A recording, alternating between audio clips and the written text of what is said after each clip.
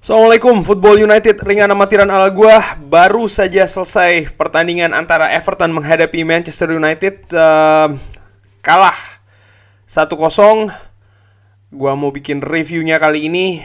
Manchester United tampil dengan formasi yang gua perkirakan di video konferensi pers, di mana Victor Lindelof menggantikan posisi Rafael Varane, Aaron Wan-Bissaka dimainkan menggantikan Diogo Dalot, Alex Telles di kiri karena Luke Shaw tidak dimainkan cedera, Marcus Rashford main dari awal, Jadon Sancho di sayap kanan, Cristiano Ronaldo di ujung tombak, lalu pivot Nemanja Matic berduet dengan Fred. Manchester United langsung tampil dengan berusaha untuk mengambil inisiatif ya, pegang possession dan sering menang duel terutama second ball, dan menurut gue juga tampak tajam dan dapat beberapa momentum. Contohnya adalah dari Marcus Rashford, bahkan dia mendapatkan 2 peluang, sayang tidak bisa dikonversi menjadi gol.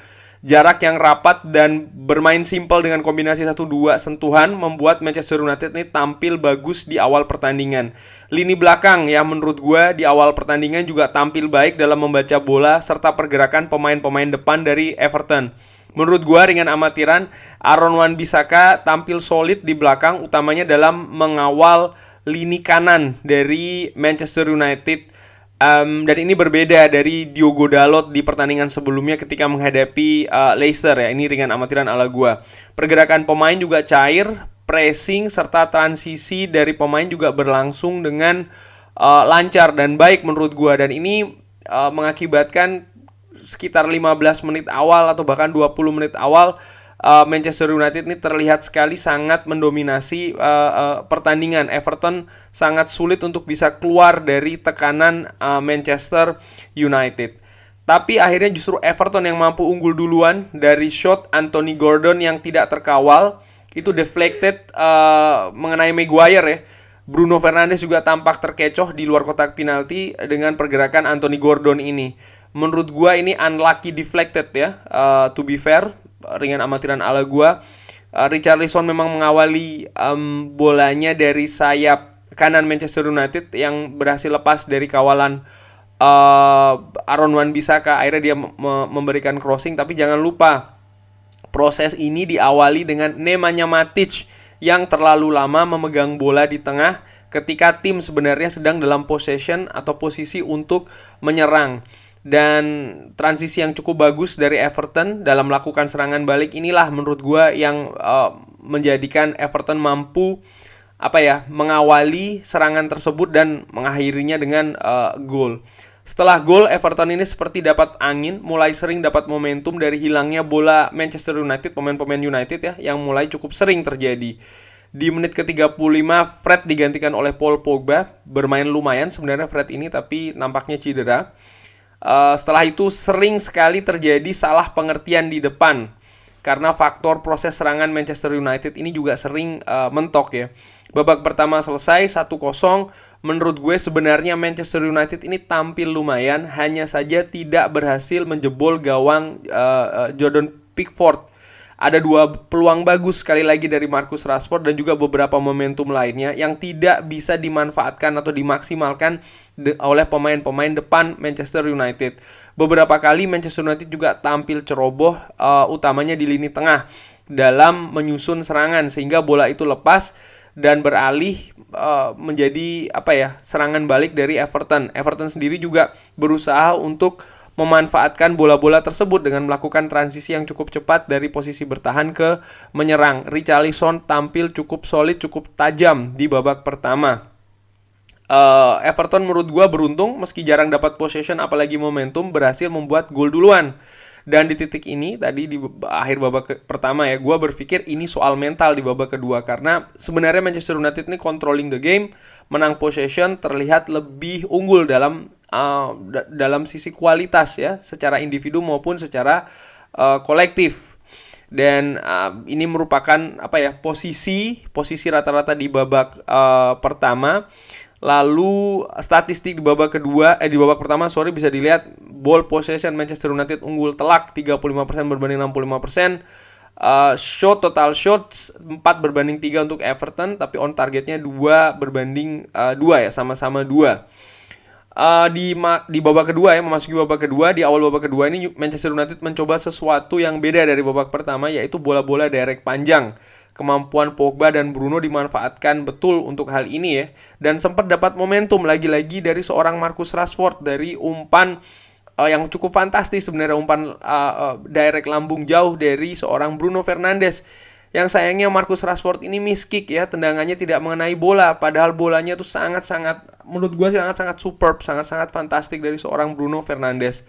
Everton sendiri juga tampil lebih baik di awal babak kedua ini dengan lebih berani melakukan pressing di tengah serta memenangkan duel bola kedua. Manchester United di babak kedua ini juga terus menekan dan memaksa Everton juga ini memaksa Everton ini turun ke belakang dan sesekali melakukan serangan balik. Bahkan ya semakin lama hanya meninggalkan beberapa pemain saja di depan. Manchester United berusaha betul melakukan beberapa variasi plus juga pergerakan pemain yang berpindah-pindah. Seperti Cristiano Ronaldo yang cukup rajin turun untuk menjemput bola dan juga memberi ruangan di lini depan. Di menit ke-63 ada double substitution dari Manchester United. Matic dan Rashford keluar diganti Mata dan Elanga. Rangnick terlihat ini ambil resiko dengan bermain tanpa DM murni. Dan resiko ini diambil dari menit 60-an, berharap ada perubahan di 30 menit terakhir. Manchester United juga berharap dengan intensitas yang tinggi. Artinya mereka ini juga bermain dengan intensitas yang tinggi hampir sepanjang babak kedua. Namun tidak menemukan solusi, terutama ketika berusaha masuk ke sepertiga akhir dari Everton. Jadi tempo ini sebenarnya Manchester United cenderung lebih tinggi ya, bermain dengan tempo tinggi dengan pergerakan yang cukup cair sebenarnya, tapi mereka tidak bisa menemukan solusi di depan. Sering sekali diakhiri dengan ini dia nih, crossing. Terlalu banyak serangan itu diakhiri dengan crossing. Padahal selain sering terbaca, Everton ini menumpuk pemain di depan gawang. Bahkan crossing-crossing tersebut juga jarang menemui pemain Manchester United di kotak penalti. Sangat-sangat tidak akurat, tapi anehnya sangat sering dilakukan. Ada peluang terakhir dari Cristiano Ronaldo yang masih bisa diselamatkan oleh Jordan Pickford.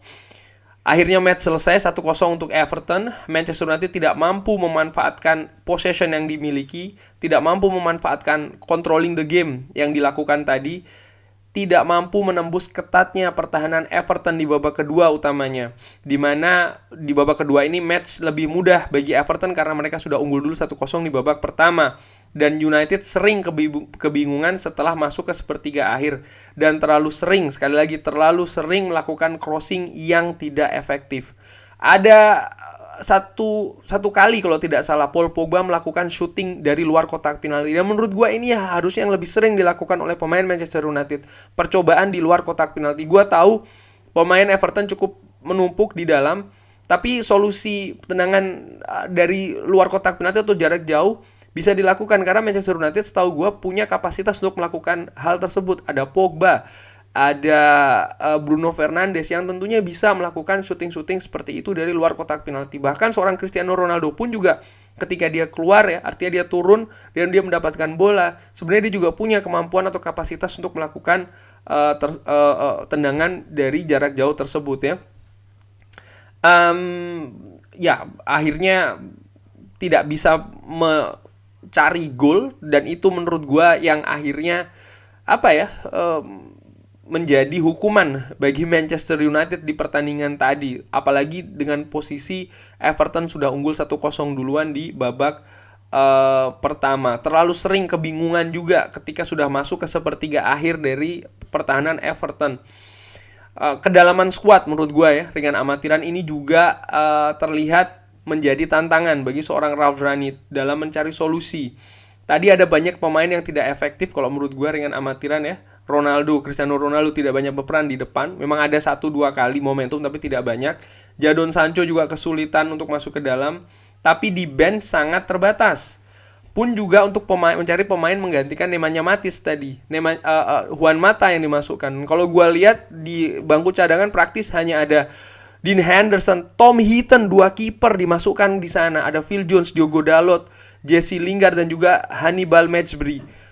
Edinson Cavani tidak ada, Mason Greenwood tidak ada, dan menurut gue ya kekurangan pemain ofensif, pilihan pemain ofensif inilah salah satu faktor ya, ringan amatiran ala gua yang memperburuk keadaan tadi di atas lapangan. Dengan hasil ini Manchester United berada di peringkat ke-7 ya, dengan 31 kali bermain sama dengan West Ham, poinnya sama dengan West Ham, tapi West Ham lebih unggul selisih gol. Manchester United sekarang berada di bawah Tottenham Hotspur yang peringkat ke-4, Arsenal peringkat ke-5, West Ham peringkat ke-6. Ya, sayang sekali Manchester United tidak bisa memanfaatkan momentum kekalahan Arsenal kemarin ya. Saat ini kembali lagi seperti gua bilang sebelumnya, peluang Manchester United ini sangat-sangat tipis, hampir sirna untuk bisa finish di peringkat ke-4 kalau seandainya penampilannya seperti ini, dimana ketika pesaingnya kehilangan poin, Manchester United justru tidak mampu mengambil hasil maksimal. Satu faktor atau faktor katakanlah ya, yang gue lihat juga ini sama juga seperti ketika menghadapi Leicester, clinical, ketajaman lini depan tidak terjadi di pertandingan ini, sama seperti pertandingan menghadapi Leicester. Menguasai pertandingan, banyak mendapat peluang, itu tidak membuat tim itu menang. Yang membuat tim menang itu adalah mencetak gol, dan ini yang dilakukan oleh Everton. Mereka tidak butuh banyak peluang, tapi mereka mampu memanfaatkan peluang atau kesempatan yang seminim mungkin untuk unggul, dan setelahnya mereka setback, berusaha untuk mempertahankan keunggulan dengan bertahan lebih ketat dan dalam. Dengan hasil ini Everton juga untuk sementara ini berada setingkat di atas Burnley di zona degradasi ya, dengan nilai 28 selisih 4 poin. Menurut gua kemenangan ini kemenangan yang cukup bagus bagi Everton, pasukan Frank Lampard ini, untuk bisa lolos dari jurang degradasi. Untuk Manchester United sendiri, sebelum gua akhiri video ini ya, pertandingan selanjutnya ini akan tanggal 16 ya, berlangsung tanggal 16 minggu depan, jam 4 sore waktu Belanda atau jam 9 malam. Jam 9 malam waktu Indonesia, menghadapi Norwich, tim yang menghuni papan bawah. Ini menurut gua menjadi menjadi ujian sih ya, bagaimana Manchester United ini menurut gua menjaga peluang paling tidak ya. Everton papan bawah, Burnley juga papan bawah, Watford pun juga demikian. Tapi Manchester United ketika menghadapi tim-tim seperti ini tidak mampu mendulang poin. Dan ini menurut gue salah satu tantangan untuk musim ini. Ya, kurang lebih demikian. Sangat tidak memuaskan pertandingan ini tadi. Kendati pun sebenarnya sekali lagi kalau gue ulangi, diawali dengan cukup bagus dengan Manchester United, tapi sekali lagi pertandingan itu dimenangkan bukan dengan controlling the game, bukan dengan menciptakan banyak momentum, tapi dengan mencetak gol. Sekian dulu, terima kasih sudah menyaksikan. Lancar-lancar ibadah puasanya untuk besok. Jangan lupa like, sholat, dan juga subscribe. Wassalamualaikum warahmatullahi wabarakatuh.